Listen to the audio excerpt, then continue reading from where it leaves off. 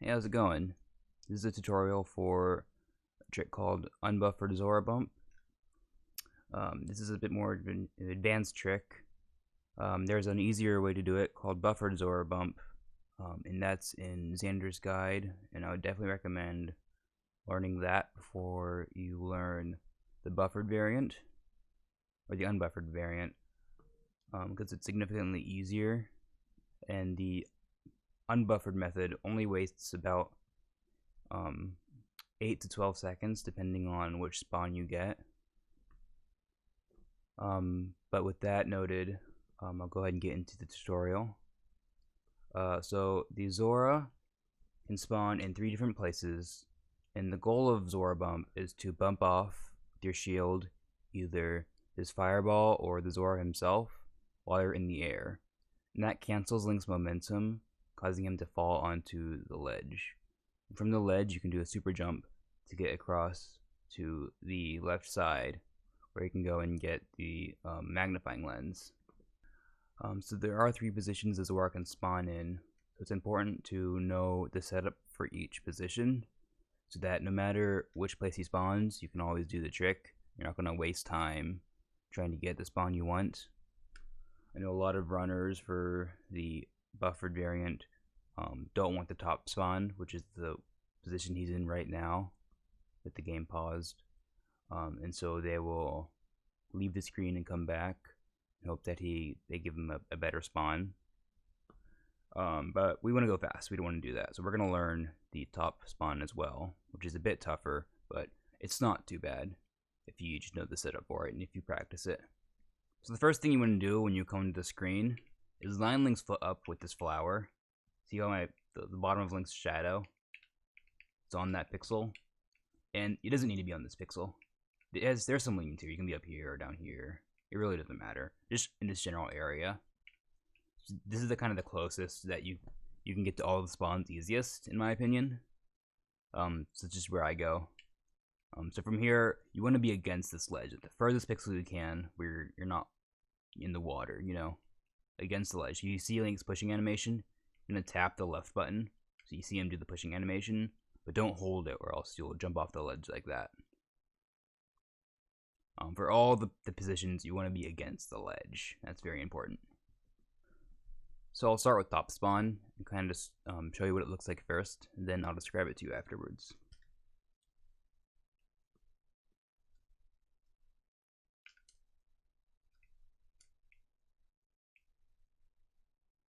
Just like that. So the way that worked is essentially I opened my menu right as I saw the Zora kind of come up a couple pixels. So what he's going to do is the Zora, when he comes up, he'll come up out of the water, he'll open his mouth, and then come up a couple pixels. You'll see it here. See, he opened his mouth, and then he came up a couple pixels. Try saying that 10 times fast. And that's where you want to pause, because I just feel like that's the best visual cue before he shoots the fireball. It really doesn't matter where you pause. You can pause anywhere. But I just feel like that's the best place to pause for me. And other people do that spawn differently. In fact, other people do all the spawns a little bit differently. This is the way I do it. And you can kind of adapt it to whatever way you feel comfortable with. But I can only show you the way I do it. So again, what you want to do is pause when you see him come up a few pixels.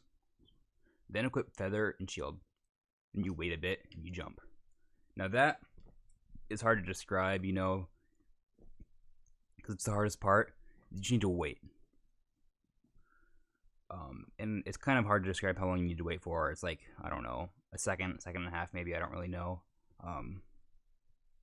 But that's just something you need to get down. You need to get the timing down. You need to get the muscle memory down. So that when you unpause, you know how long you need to wait before. So then what you do when you feel like it's time is you just hit left and shield, and you'll fall off the ledge. And then when you fall off the ledge, you'll land safely onto the rocks below after Link's shield bounces off of the fireball. So again, I'll show it to you first and then describe it to you afterwards. This is middle spawn, which is what we're going to do next.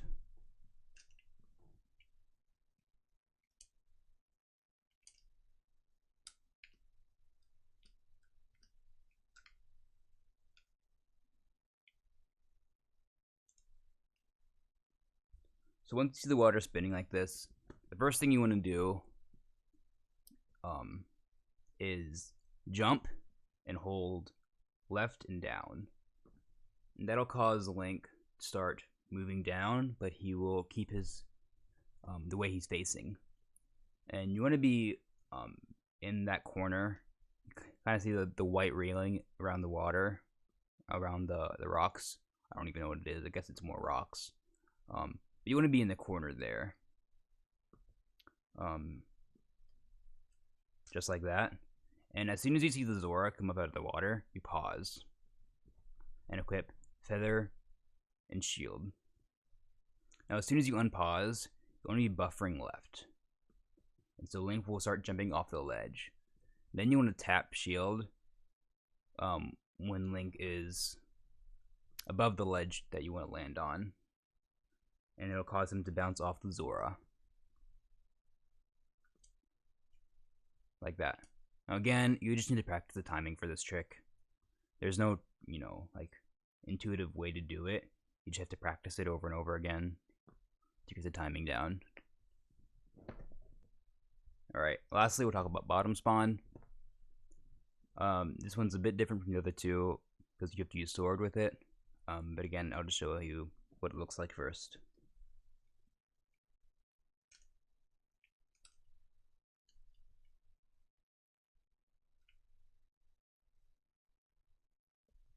Alright, just like for middle spawn, when you see the water spinning, you see that it's going to be bottom spawn, you want to get Link into the correct position. And in this position, you want to be in the corner, but the north corner, not the south corner. So start moving up. But this time you want to be facing up, not left. So you can just hold the up button. You see there, I pause. And you want to pause based on where the fireball is, because you're going to do a shield bump off the fireball.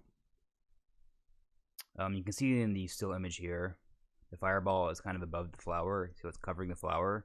That's kind of the optimal place for it to be. And there's some lenience here. There are several frames you can hit the button, and it's not really that bad. And if you're a little bit early, just buffer it a little bit so that you get into the right position. Not a big deal. From here, you want to equip sword and shield. And what you want to do is, out of the menu, you want to hold left. But as soon as Link jumps off, you want to start holding right.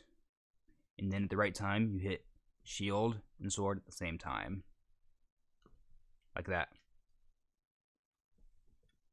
And again, it's just a timing thing. You just have to get it right. That just comes with practice. So again, you want to start holding right as soon as Link starts jumping off, so that you can time your A and B press. So those are all the positions. Next we need to talk about doing super jump, because doing a super jump is not easy. For buffered super jump, or buffered Zora bump, excuse me, most of the positions put you into a good spot where you just do the super jump and you make it across. No big deal. But for unbuffered, you'll just kind of land anywhere on the ledge, and it's up to you to move Link into the correct position. And that's kind of one of the harder parts of this trick. So what you want, as soon as you land on the ledge, whatever position you get, is to equip sword and feather. So you see the different places you are. You can see where you are based on Link's shadow. So when I jump, I can see Link's shadow on the ledge, and some of it is in the water, and some of it is on the rock. You can kind of see where Link is based on that. You can see on these two positions, these stills I have, the one on the left is the position you want to be on. That's as closest to the water as you can be without actually being in the water. And from here, you can either do a full super jump to make it all the way across, or if you are not quite a full super jump, then you will still be able to get out of the rocks with a boots charge. So in this case, you can see where Link's pixel is based on his shadow. See how most of it is in the water. From here, I can just do a full super jump and make it across, no problem. You see here how half of his shadow is in the water, half is on the rock. I have two options. I could either try to move one pixel to the left and make the super jump easier and risk moving too far and moving into the water, or I could go for a full super jump and have to use boots to get out. So there are different ways to move one pixel. You could either just YOLO it and tap the controller to move one pixel at a time, or you could kind of do a little bit of a setup by jumping up and tap the button as Link's on his way down, like close to the ground. You can tap the button, and that's a little bit easier.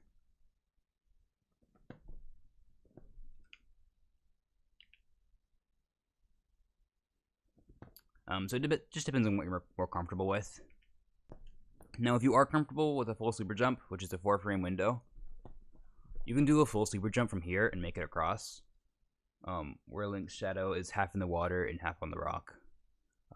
You can do a full super jump, and Link will be in the correct spot where you can use boots to get out.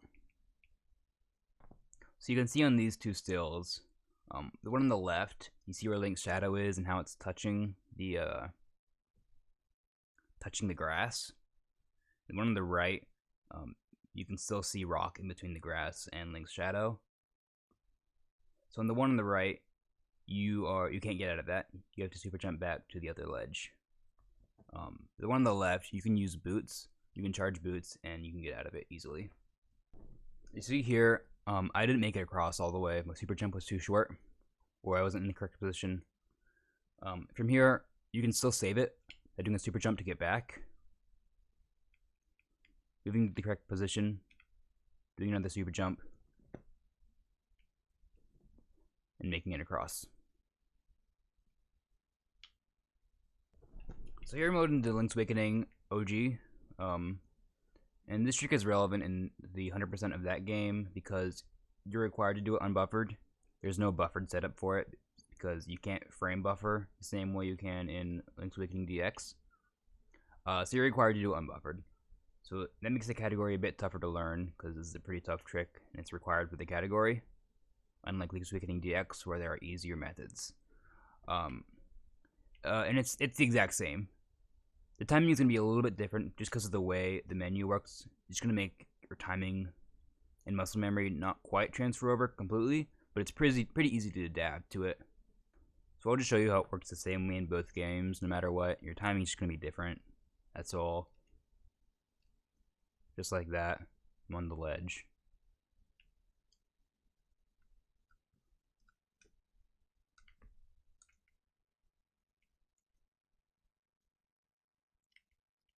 So again, makes 100% a little bit tougher because this category requires you to do unbuffered Zora bump.